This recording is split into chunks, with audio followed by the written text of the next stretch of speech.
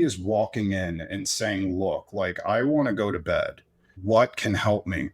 I believe there is a large portion of the cannabis market and the potential cannabis market that wants to quantify what they're taking and for it to be repeatable. Mm-hmm. So if I were to make a sleep tincture that uses whole plant extract, I have absolutely no way to guarantee continuity between the batches. Mm. Even if I source hemp from the same farmer, same grower, every run can be some sort of a small variety. So if this whole plant is 2.3% CBC and the next one is 0.5% CBC, Right. that difference may be the difference that helps somebody. So the way we market our products is, I'm not saying that's all that should be in there, but that's what I know about. And that's what we've researched and what we have tested. And we can tell you how many milligrams of what you are taking. Yeah. And if new science were to present itself and we find out, let's say CBL, a cannabinoid we don't really deal with,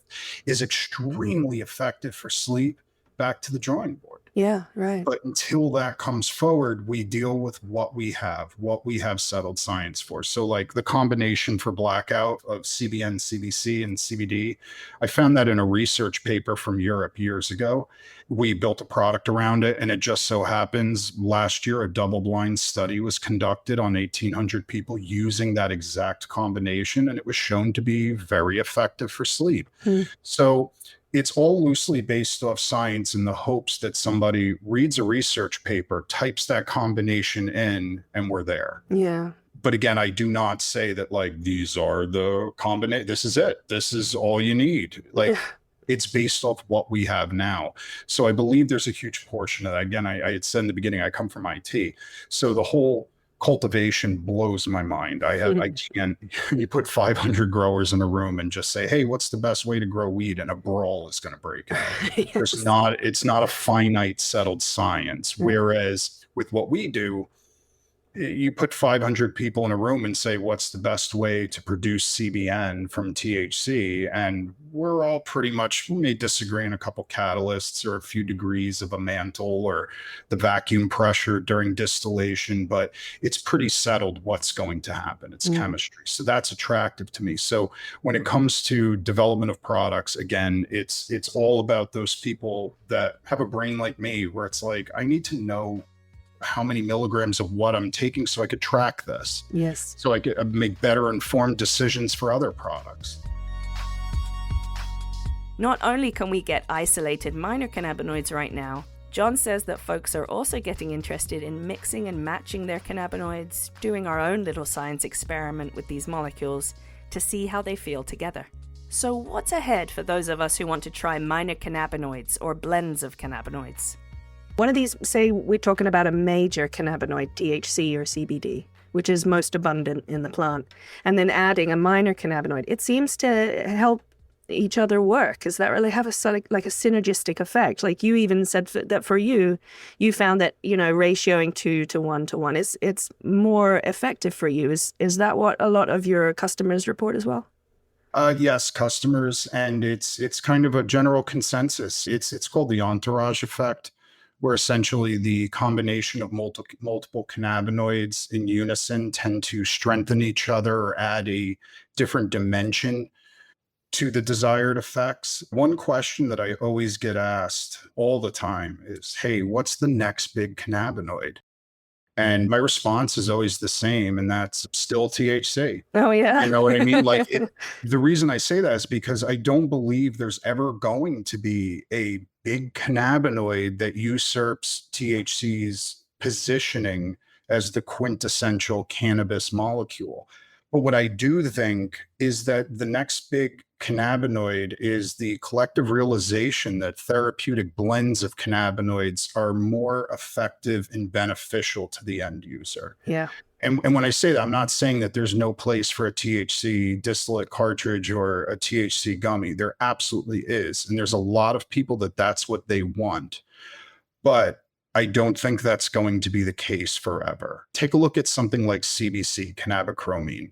A lot of people ask me, what does it do? Well, it's hard for me to say what it does because there's a lot of inconclusive studies. You know what I mean? The way I see it, if it's not peer reviewed, if it's not replicable, I can't hang a hat on that and give somebody a definitive answer. But what many folks are experiencing, I've experienced, and consumers everywhere, is that CBC almost works like a matchstick for the entourage effect.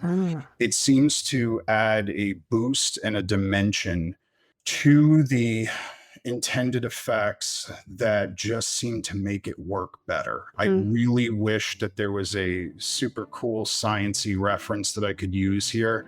But again, this is, much of what we know about cannabinoids are anecdotal. Yeah. According to Natalia, interest in the minor cannabinoid of THCA is also spiking right now, especially in states where only hemp products are legal. That's because THCA is a cannabinoid that's produced in the raw version of the plant, which is legal to sell in all CBD shops across the nation, because it's less than 0.3% THC.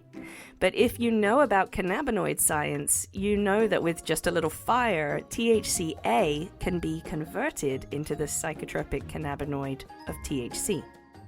How you get from THCA to THC is a process called decarboxylation, which involves heat. So whenever you spark up your joint, you're adding heat to that THCA, you're decarboxylating and you're getting THC. That's essentially what makes the acidic forms become neutral forms of a process of decarboxylation. And virinic forms are just formed through a different chemical reaction with a different type of acid. In the chemical pathway of cannabinoid synthesis, different types of acids can interact with starter chemicals to yield different forms of cannabinoids, which typically they vary very slightly. And it's usually just by addition or subtraction of carbon groups. So structurally, they're very, very similar with a couple of different edits, and that will determine their form.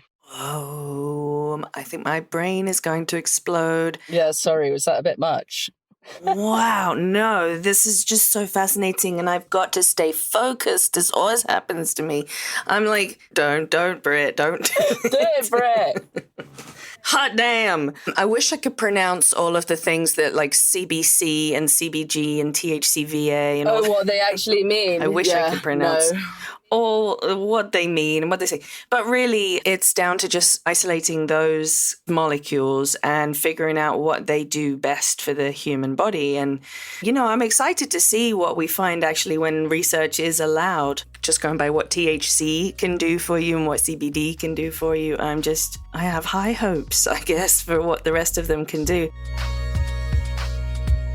So let's keep our eyes out for some of these minor cannabinoid products and see how they help, like CBG for energy, CBN for sleep, THCV for appetite suppression, and THCA, which can actually be heated to become that euphoric compound of THC.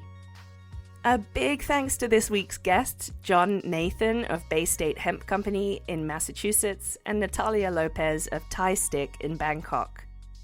Next week, we'll be chatting with two people on the autism spectrum to see how cannabis impacts people differently with autism spectrum disorder.